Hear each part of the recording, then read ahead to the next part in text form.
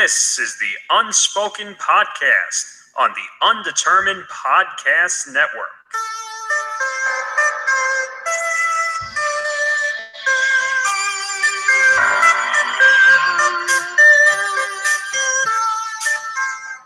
You are listening to the Unspoken Podcast, part of the Undetermined Podcast Network. It is episode number 22. As I say that, as the timer goes to 22 seconds. Okay, I'm Tom Albano, along with Nick Federa, as always. Hello, everybody. Nick, we just got some interesting news to open up today's show. Yes, we did, actually. Why don't you tell them about it, Tom? Okay, for some reason, the Twitter account, the UDUP, is now being followed by one Tay Zonday. Now, if you don't know, for those of you who are not old enough to remember,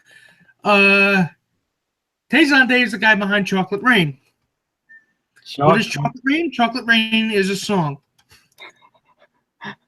Chocolate Rain. I can't do it as deep as Tay. He's very. If you ever watched the video, he's known for his very deep voice. I know. I've seen the video. I know. I'm explaining to our listeners though. Also, he moves away from the mic to breathe in. I don't understand why he's following us. Okay, whatever. I mean, he followed. I think it was either the UD Networks account or the Unknown and Uncloned account. I'm not sure which one. He's followed at least one of them. Yeah, so I guess we have an audience now.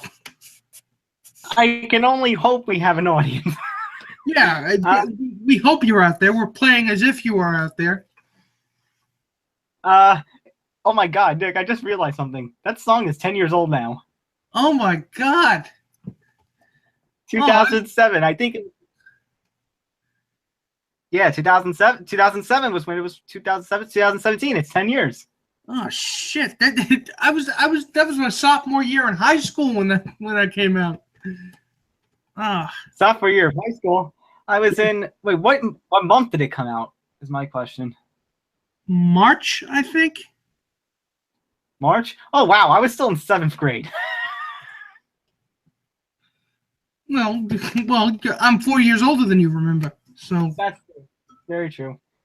I was in middle school. My time was slowly coming to an end in middle school, but I was still in middle school. I think it was the first viral video that I remember. Yeah, that Tron guy and the dramatic chipmunk.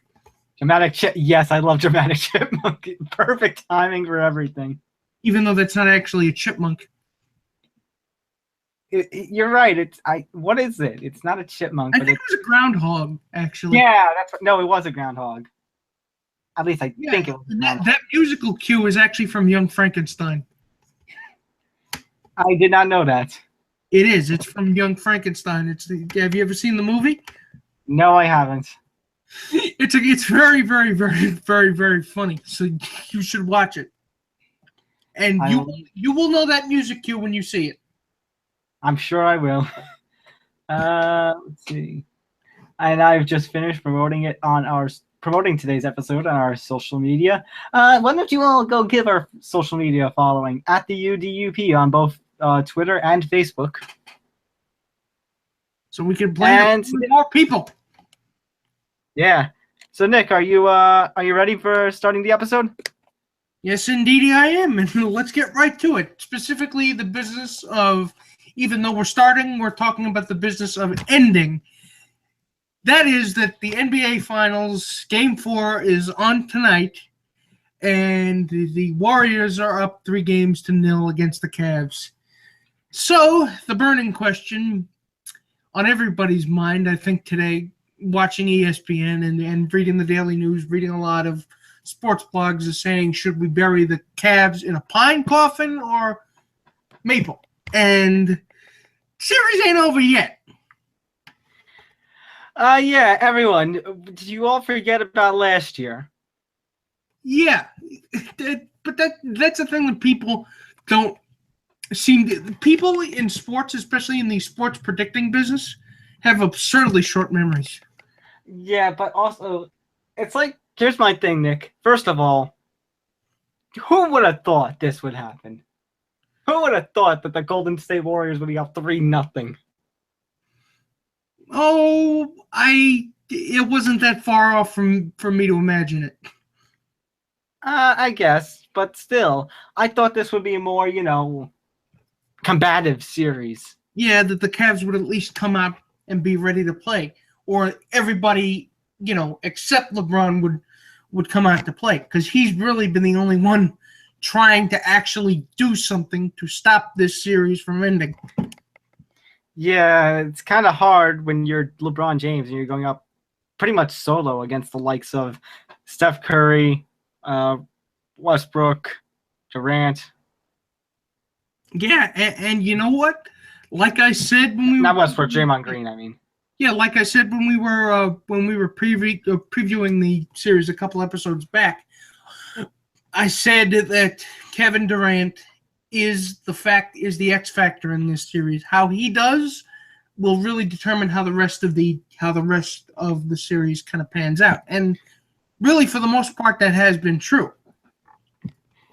Pretty much. I mean, I would say he's proven it to be, the biggest fact. Well, the biggest factor in determining whether they can sweep. Yeah, I mean, game 1, I'll give you Durant's numbers. Game 1, 38 points, 9 rebounds, 8 assists. Game 2 victory, he had 33 points, 13 rebounds, 6 assists. So there's your double-double again. And then now the game 3 was close. Game 3 was close. It was kind of a heartbreaker for Cleveland. It was a dagger. It really was. And that game, Durant was a rebound short of a double-double. 31 points and 9 rebounds. Steph Curry, though, 26 points, 13 rebounds. I mean, it's hard. You got, like I said, you have Durant, Draymond Green, Steph Curry, and Thompson. And then on the Cleveland, you have LeBron James, maybe Kyrie Irving as well, Kevin Love. But I mean, Irving and Love, when compared to the likes of Durant and Thompson, that's no contest. No, it isn't. And you know what? I can see this, as much as it pains me to say it.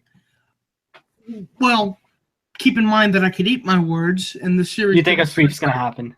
But I could see it. I could see it kind of being quite similar to Rangers Kings Stanley Cup in 2014, where you think Cleveland? They'll win a game. You think Cleveland's going to win tonight?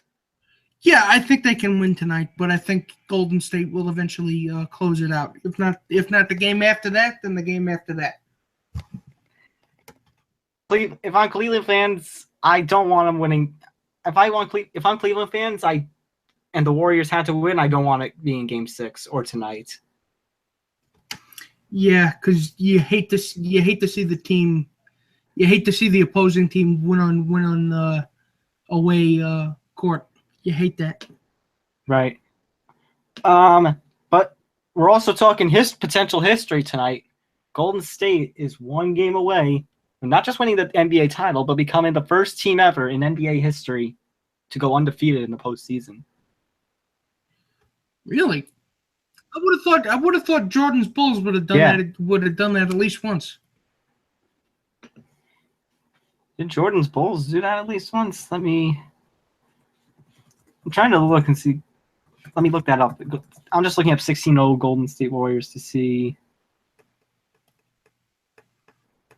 really been done. Let's see. Their postseason, the Golden State Warriors postseason winning streak right now is 15 games because they lost Game 7 last year. So right now, that's the longest in professional sports history. Really? Oh, wow. So, yeah, no one has ever gone undefeated in the modern era of the NBA, NHL, or MLB. Wow. That is impressive. The Los Angeles Lakers of 2001 went 15-1. Ooh. So, it's going to be tough. Right. So, here's the thing. Golden State still can make history if they lose tonight. If that happens and they win Game 5, they'll just be tied with the Lakers, the 0-1 Lakers, which was Kobe Bryant and Shaq. Which, not bad company to be standing next to at all. Right, absolutely not. Let's see. This is like an article or something, so I'm just scrolling through to see what other teams did really well in the postseason, though undefeated. I guess this was a different time for the NBA in terms of postseason format because the 1983 76ers went 12-1. I guess there was because the format changes, so you have to kind of take everything into account and really put in context. That's why this article, this is the Daily News, actually ranked these teams by winning percentage. So Lakers were 938, the 76ers of 83 were 923.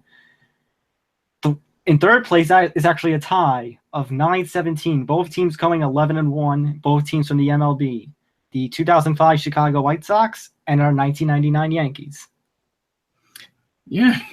They only lost one game, and that was to the Braves, I think. Yeah, well, they clinched at home, so that was 99 they clinched at home. Mm-hmm. 98 they clinched in San Diego. In 2000 they clinched in Queens, and in 2009 they clinched at home. Yeah. The White Sox, they only lost one game. I think that was in the ALCS to the Angels.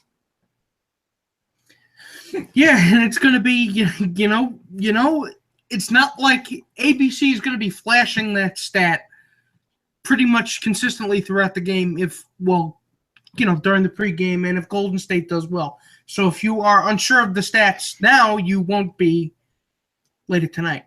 Right. And here are the other NBA teams on this list that, have done really well but fell short of perfection. You had the 99 Spurs.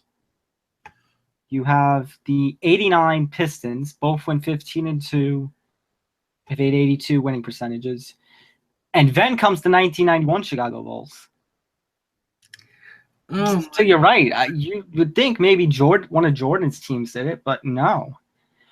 It's funny and the 71 Bucks went 12-2 in the postseason that year. And those are some juggernaut teams. Right, but it's funny. Like we said, I just realized we built up these Jordan teams a lot, but they didn't win all the time. They weren't the unstoppable forces except for that one year. Yeah, well, really, it's the benefit of hindsight. It's that we've never seen a team like that before, and we never will again. So we tend to. It's almost like tall tales. You were there, so you tend to embellish it a little bit. Right, but now, of course, not to say that the success wasn't warranted or wasn't well deserved. It was. Right, but now rose-colored glasses is what I'm saying. Yeah. But now today, of course, Golden State comes and last year runs over their 72-10 with a 73-9, though no ring. But yeah, now they have the chance, at perfection, a different form of history. But Nick, if the Golden State Warriors choke this year, oh god, the memes won't stop. Oh yeah, you will see more of crying Jordan if Jordan was actually crying in front of you. You would. And you know what? If they clinch, I think this is going to be because I often heard, whenever I would hear interviews on the Yes Network of Bernie Williams, and people would tell him, ask him which of the the World Series wins was your favorite. And the answer was consistently 2000 because there was so much pressure on them to beat the Mets and to beat the Mets, not only to beat the Mets, but to crush them, to sweep them basically. And there was so much pressure from on high, and there was so much expectation that it almost felt suffocating, almost to the point where you felt like you couldn't really enjoy it. You couldn't really, step back and say to yourself, wow, I'm in the World Series. We're about to win it. And I think, honestly, that is going to – I think if they do win it, I don't think they'll they'll say, with the benefit of hindsight, that this was a lot of fun because it's a lot of struggling. Yeah, I mean, Jeter had a lot of pressure on him when he was trying to get his 3,000 hit, but he didn't show it. Hopefully for the Warriors tonight, the struggle kind of finally ends in one way or another.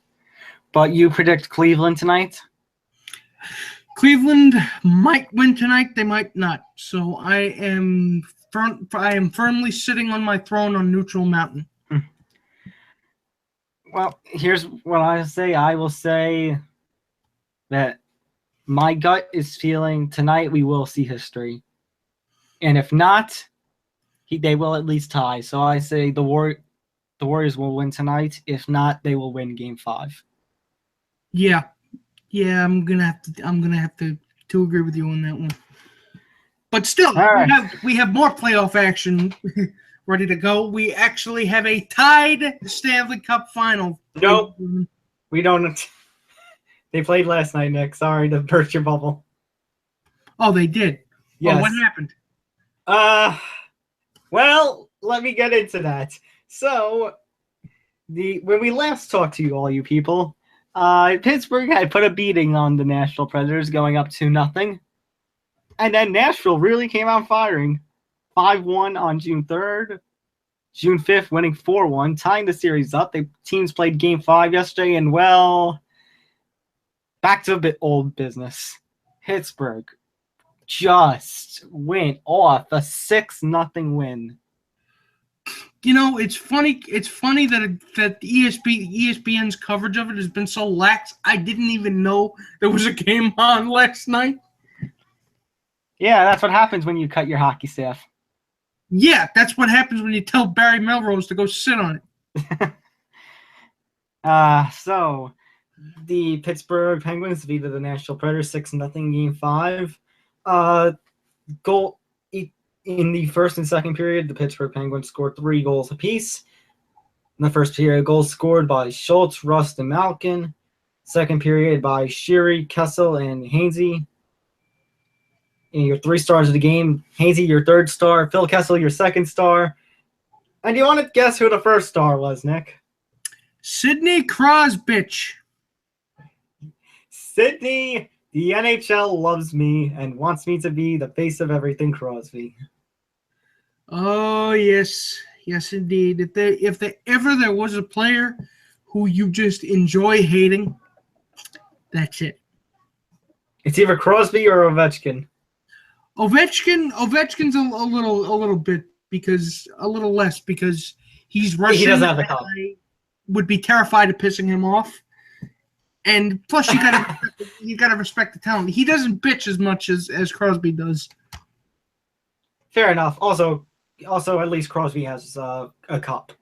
Yeah. His team isn't known for choking in the postseason. Yeah, that's a good point.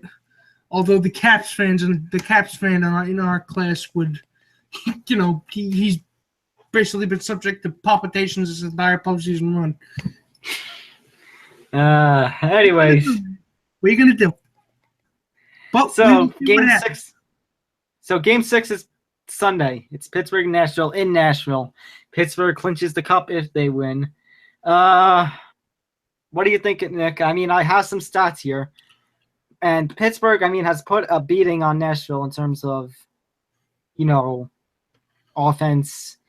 In terms of offense, 3.39 goals per game compared to Nashville's 2.9. Pittsburgh is a dominating offensive team, but Nashville has been really fighting to stay in everything. Yes, they are a good offensive team, but like most postseason, it comes down to the goaltending. And if Pekka Rinne can't seem to remove his head from his ass, then they will clinch tomorrow. And if he can, the Preds got a fighting chance. It's gonna be interesting. Do you have a prediction for that? I think this will go 7 games, and Pittsburgh will win it. I will agree with you on that one. Because I don't think PK Subban is the kind of person who will just give up. I think he's the kind of person, he's going to come out swinging tomorrow. Also, I really don't want, if Pittsburgh wins, I really don't want them to win on Nashville ice. Yeah, like you don't want to see, the Nashville's home crowd just get speared in the heart on national TV. You don't want that. Which is why I was happy that when the Rangers lost, at least they did it on the road. Yeah, you and my brother said the exact same thing. That's exactly what they said when the Rangers won that one game against the Kings. Because at least they have a win. At least they didn't get swept. Yeah. Well, that was his point too. But we will see. And the New Jersey Devil fans could shut up because maybe they got one more win, but they still got beat by the Kings, and that was when the Kings were ranked 8th. Fuck them. You're listening to the Unspoken Podcast by the Undetermined Podcast Network. Speaking of the term, fuck them, Nick, you have a hot take. It's time to get hot. Actually, I have a hot take too. It's time for Hot Take Central. You first. Oh, you want me to go first? Do it, boy. Do it. All right. Here we go. Let's get hot.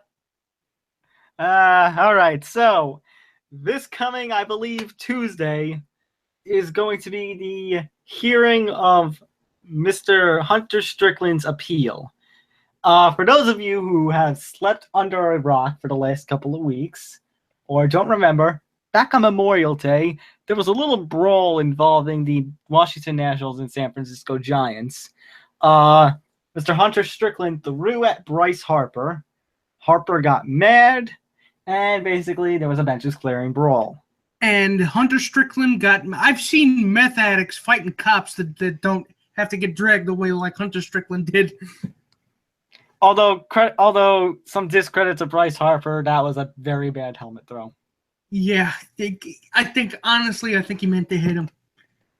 Probably. You could say I didn't, but unwritten rules of baseball, and everybody loves their unwritten rules. So if something happened, even if it's 3 years ago in the postseason, right? That's the part I was going to get to. So what happened was Harper hit home runs off of Strickland back in, I think it was the 14 NLDS.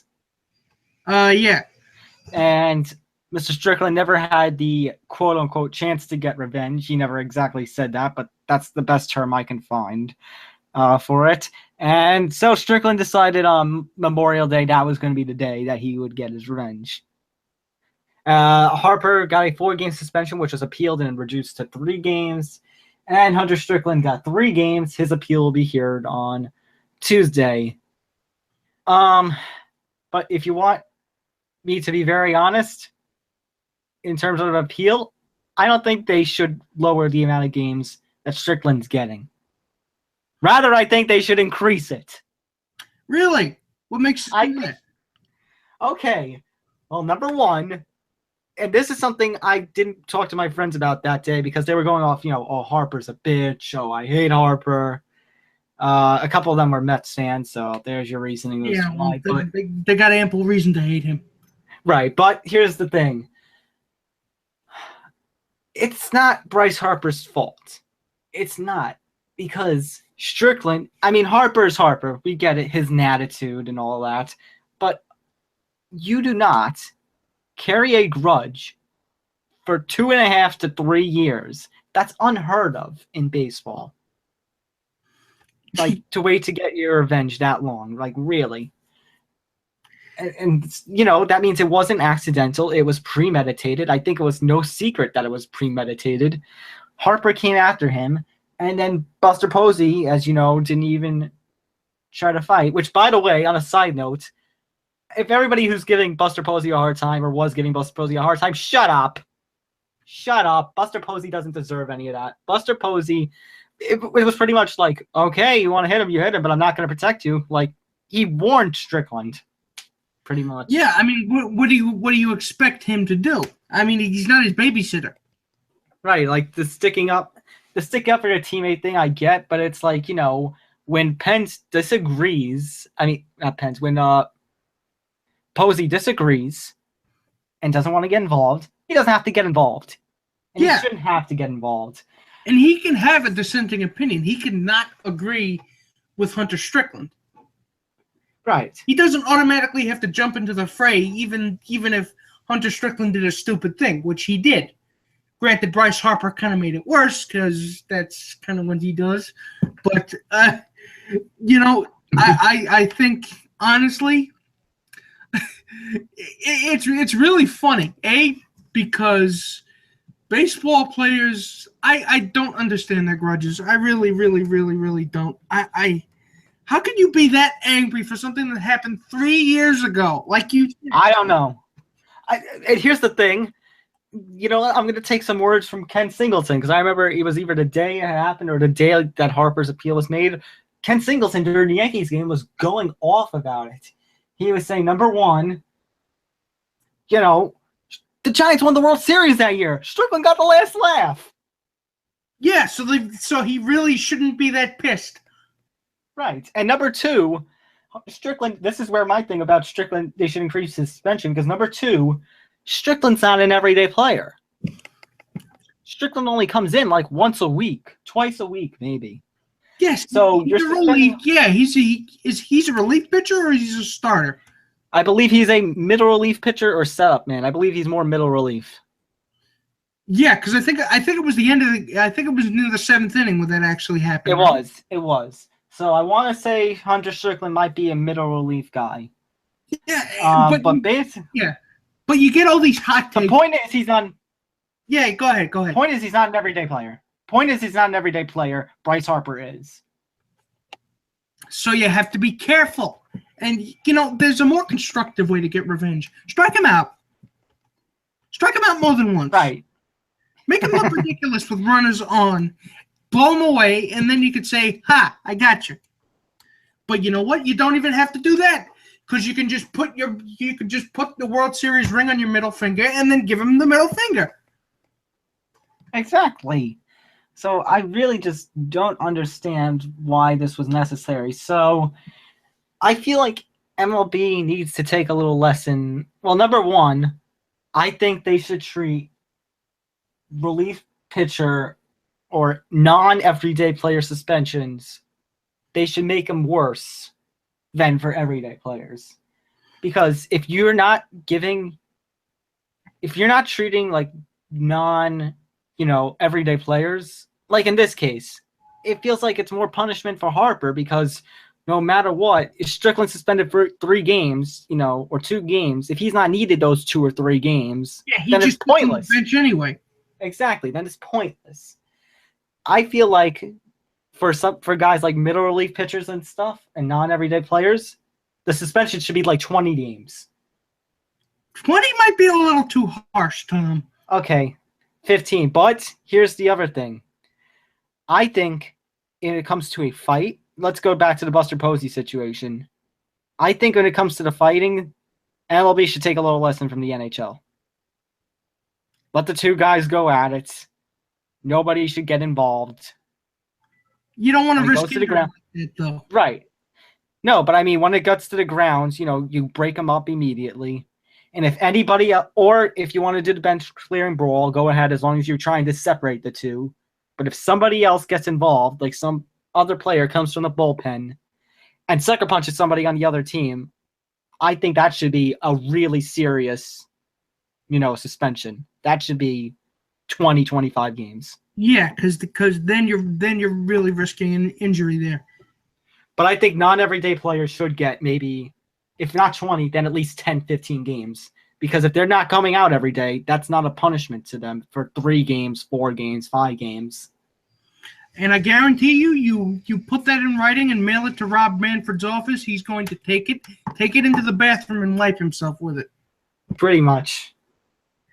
But still, we still have my take to get to, right? So yeah, your turn. This is not really so much of a hot take as it is a lukewarm take. So Yankees just finished up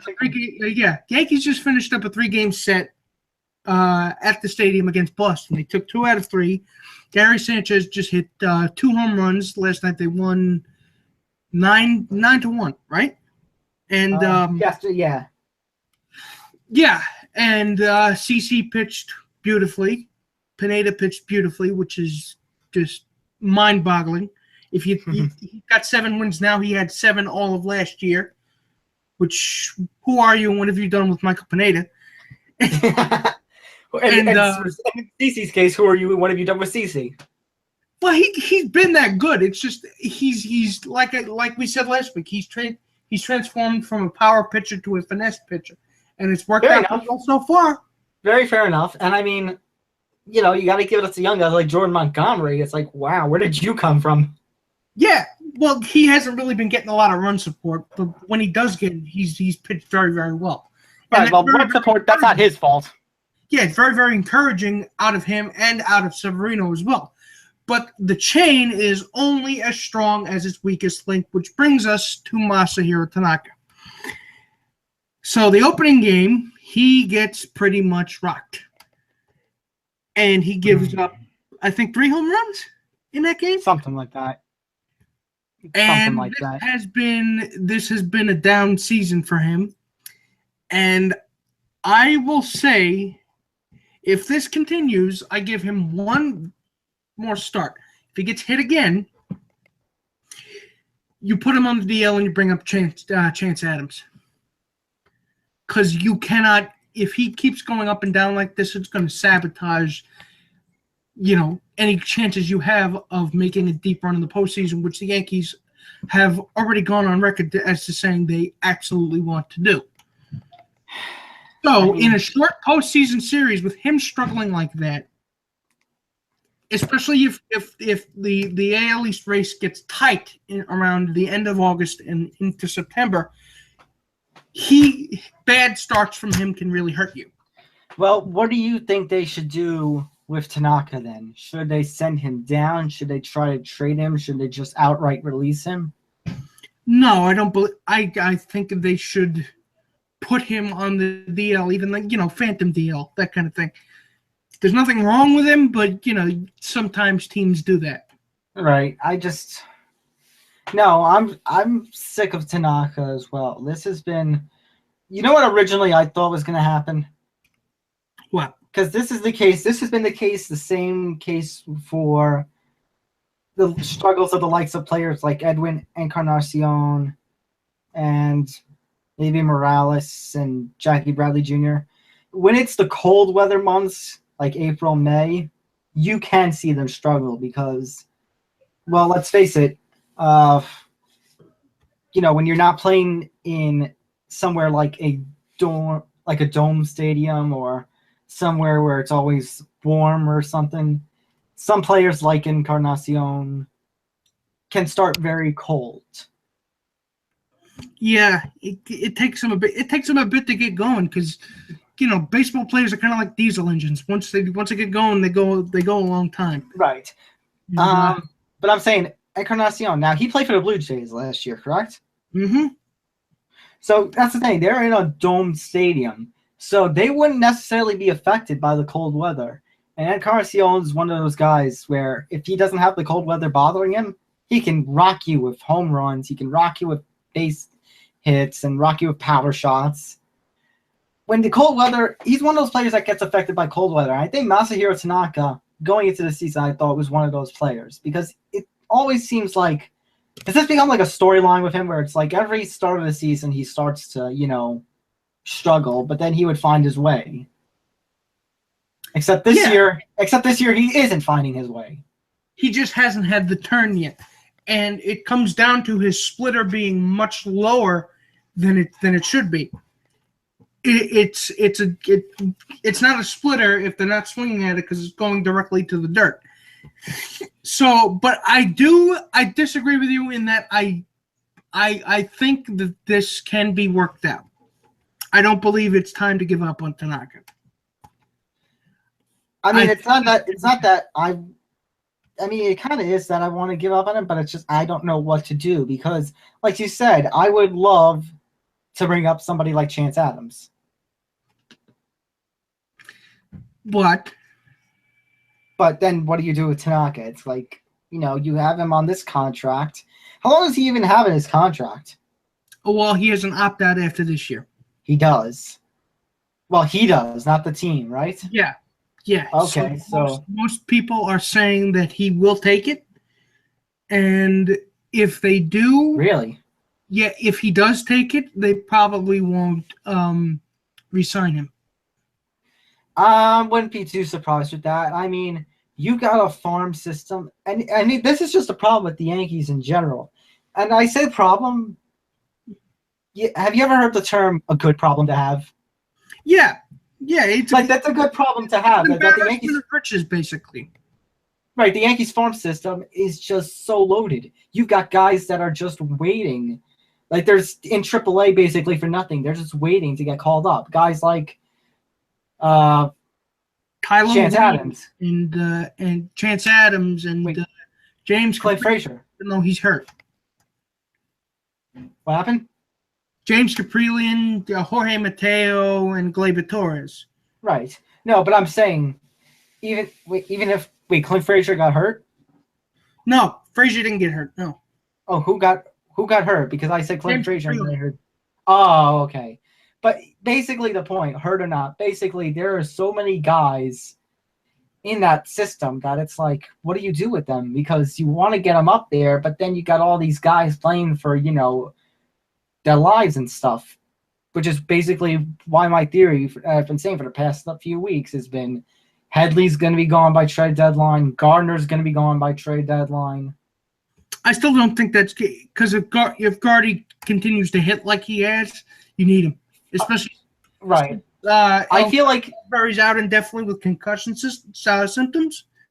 Right. Yeah, that's going to be a killer. That's fair enough. But I think maybe Gardy goes if they get an offer, like if the price is right.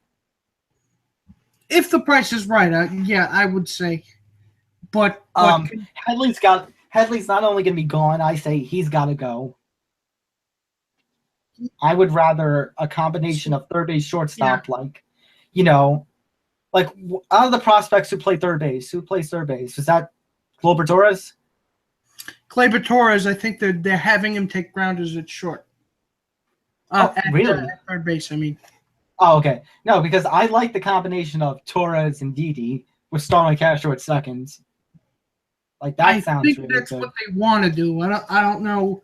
See, I haven't really heard that much about Gleyber Torres and his fielding. The only thing I really know about him is that he tends to hit a ton. Right. That's true. First base, I mean, you have Chris Carter right now, right? Yeah, and Greg Bird will be back. And although Chris Carter, though, he's been pretty good so lately. Within this past series, yeah, he's been good, but he's been very up and down, very inconsistent. Right. So Bird's got to get off the DL. Yeah, and he's been playing well in his rehab games, and supposedly he feels good and ready to go. So I guess it's time to light the fuse on him, and he can get going. Tyler Austin, is there any? It only makes their team stronger if Bird hits because you have Sanchez, you have Judge, Holiday, and Gardner just hitting a ton. Right. And Castro, because that makes your team all the more dangerous. So I mean, we're at a point with the Yankees, and there's so much talent, so many players that we're just not sure what to do. So I don't know what they necessarily do with Tanaka, but regardless of what happens, I think at the end of this contract this year, maybe it is, but just best to let him go. We shall see. We will definitely see. Yep. You're listening to the Unspoken Podcast, part of the Undetermined Podcast Network. Nick, now for this last segment, you have an interesting topic. Like, this is not interesting in a condescending way, and it's this is kind of unique. So you want to explain what you want to talk about here? Yes, and context is necessary. Have you ever been walking down the street and you see a guy opposite you and you know nothing about him? He's a complete stranger. You never laid eyes on him before. But it could be whatever it could be, the way he dresses, could be the way he acts, could be the way you talk. He talks if you hear him like having a cell phone conversation. But there are times when you see those guys and you're just saying, you know what? I don't know that guy, but fuck that guy. Well, there's funny that you say that. There is this kind of theory. I forget what it is, but I remember GSN used to have a a game show sorts about it. It's like you can judge and have a form of an opinion on somebody 15 seconds after meeting them.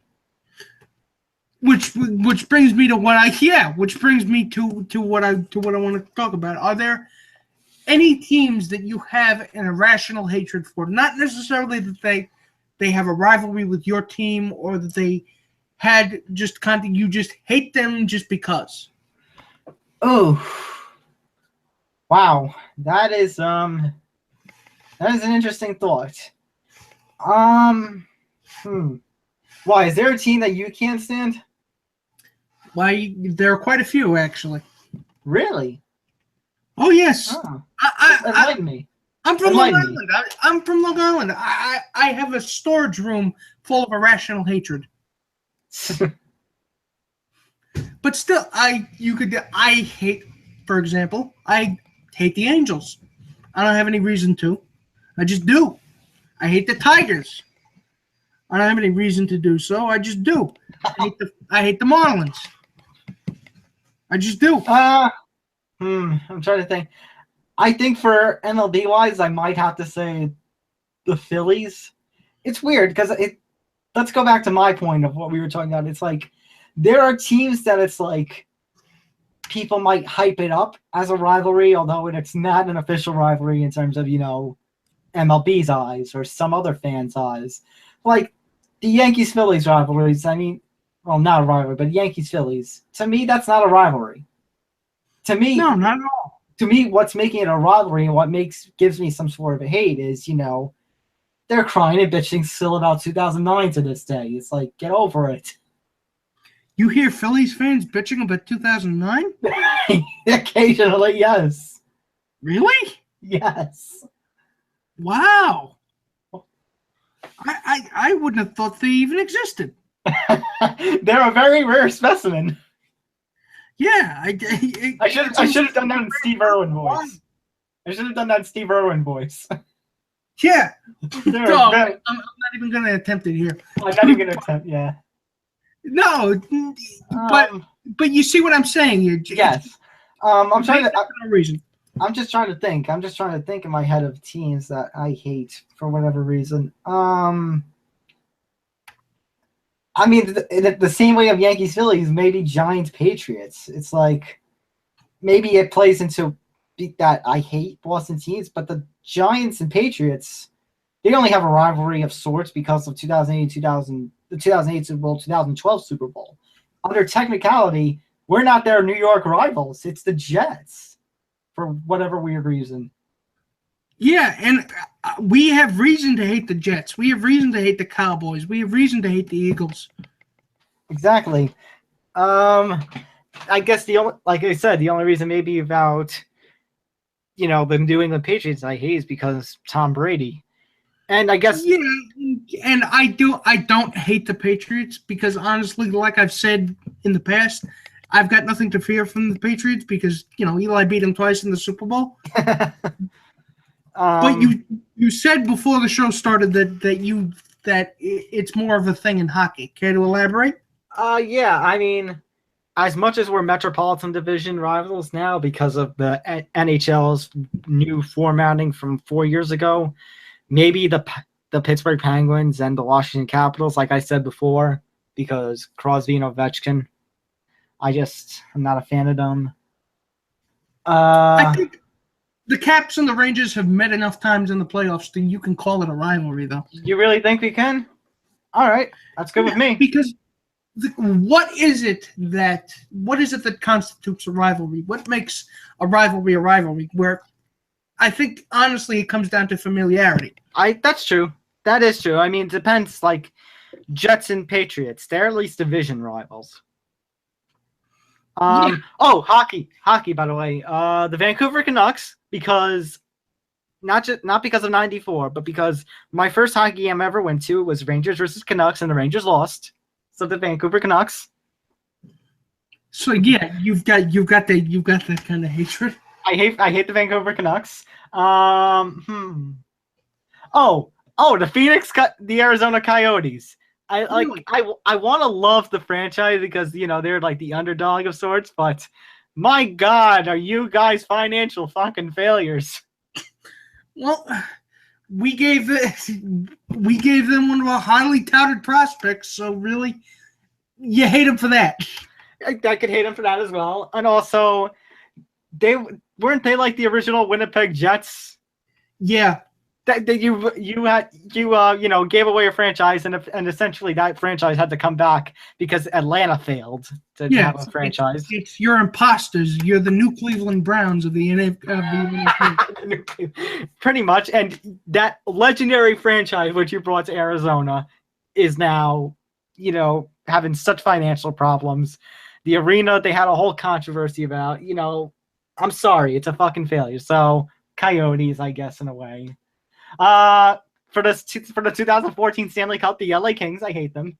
Oh, yeah, I'd probably have to agree with you. That's probably the one irrational hatred that I have for hockey, just because, I want to introduce Drew Doughty's face to a brick.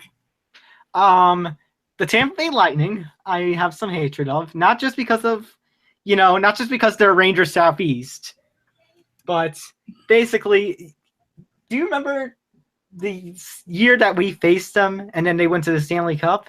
Mm-hmm. I had read a report that they were trying to limit the amount of people from road teams that were coming in. So I'm like, that's Bush League.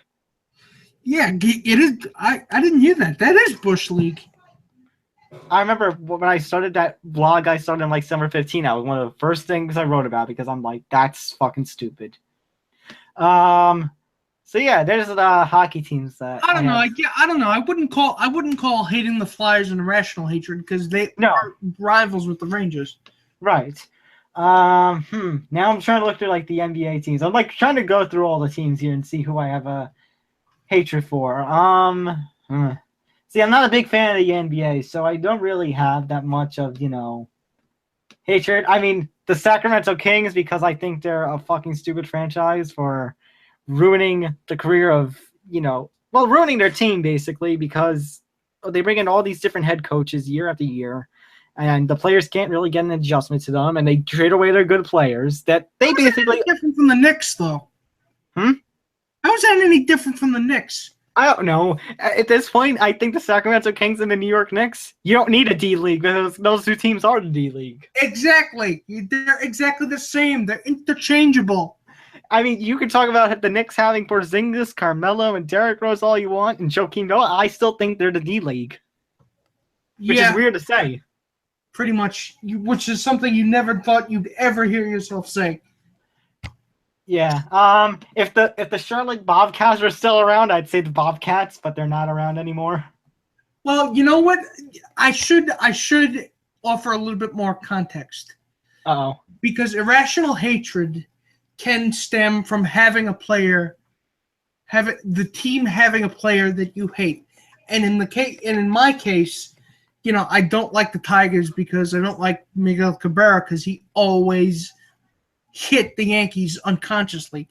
Same thing with when Vlad Guerrero was with the Angels. All right, that's fair. But you know what? I did like Vlad Guerrero and such. So, I guess I don't have a hatred too much there. I would imagine that's a lot of reason why people hate the Nationals because of Bryce. But I like Bryce Harper and I love the Nationals, so I guess I'm not in that group. Well, don't forget the Yankees should be courting him. So that's true. I want to. I don't know. Should I say the San Francisco 49ers? I mean, it's weird. I guess San Francisco. Because, I don't know, they're just a mess of a franchise. I don't know if it's more recently or is it just, how the mighty fall. Like, they think they're this almighty team, and it just, you went in 4 years from a Super Bowl team to a 1-win, 2-win team. Well, that's just shitty. That's just shitty running the franchise, which can just be blamed on Jed York. Pretty much. Oh, and I guess for that reason, Miami Marlins, because you won 2 World Series, one off of us, which broke my heart as a kid. Yeah, and then you broke mine too. And then you went and then fucking ruined your franchise. So Miami Marlins. I used to sit in Italian class. I was in 4th grade, I think. I used to. I sat ahead of, 3 guys that were diehard Mets fans. They knew that I was a Yankee fan. Right? Oh, so I was pretty much trapped. No. Through that entire World Series, mind you, I'm still on cloud 9 for a couple days after because of Booney hitting the home run in Game 7 of the ALCS. So every time the Marlins would win a game, they would just whisper in my ear, lean forward during class and just whisper in my ear, Marlins. Oh, no. And I wanted to choke the fucking life out of those 3 guys. Oh my God. That's suffering nobody should go through. I generally tend to be even keel, but I've never been closer to wishing death on somebody than when that happened. More hate. Man, I guess it's not full-on hate as it's much irrational dislike. Like, I just dislike the team. It's not full-on hate. But Baltimore Ravens, for what you did to the Giants. Yeah, good point. And that was the year after. Was it the year after a year of where I think it was Ray Lewis who, It was the year of. Yeah, where Ray Lewis. Right before that Super Bowl. Right, Ray Lewis, I'm sorry. Should have been in jail. Yeah, you gotta say that. As much as I hate applying the thug label, and I really, really, really, really do, because I think honestly it has racist connotations. But in that case, I think it might be slightly apt. Slightly. Again, this is dumb white privilege talking, but. And I mean, I won't blame him for the Ray Rice stuff because I'm sorry, that's one player. But still, because Ray Lewis didn't go to jail and then New York lost to them in the Super Bowl and got destroyed with them, I'm sorry. Hatred towards you. Yeah, I would say the Ray Rice thing is not necessarily a problem with the franchise. It's endemic to the entire NFL. Right. So the Ravens front office is not blameless. In fact, they shoulder quite a bit of the blame, but it does not fall squarely on their shoulders. Pretty much. I think that might have to do it. I can't hate the Cleveland Browns because it's just more of me making. It's more of me just making fun of them. Yeah, I mean, it's the same thing with the Knicks. I don't hate the Knicks. It's just the clown. Go over there, jingle your bells a little bit, and make me laugh. That kind of thing. Oh, I'm sorry, Nick. Did you say clown? Yes, I did. Oh, you know what? Fuck it. I'm just gonna do it anyways. I know we're not talking about them, but you know what? Fuck it. Just because you mentioned clown. Just because you mentioned clown, Nick, I have to do it. You know what? It's fucking carnival time. Oh God, not again.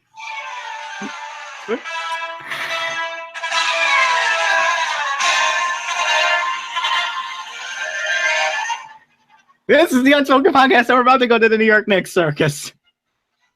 Oh God, get your cotton candy. Get your fake Phil Jackson glasses. I guess since I just had to do that, and I had to mention something at the Knicks. Fuck the Knicks. I'm sorry. You're just gonna keep finding ways to work that in, aren't you? Well, you said clown. I said clown, but I didn't mean it that way. Yeah, forget it. It's still funny. Oh. We can go all night with that. Yeah. News alert coming from the Score. The Giants expect Odell Beckham Jr. and Olivier Vernon to report for mandatory minicamp. Hallelujah. Yes, finally we can get the old white sportscasters off his back. Finally, we can stop with the coded racist language. At last, we can see what OBJ's got. I want to see him working with Sterling Shepard and Brandon Marshall. Brandon Marshall, yes, thank you. I want to see what they do. Yes, and just a little bit of a programming update, folks. As we get closer to the NFL season, we will start to talk a little bit more about training camp and going into that. Yeah, hopefully. MLB draft is this week as well. So it's going to be interesting to see all the little prospects and figure out, if we're going to have another Dansby Swanson on our hands.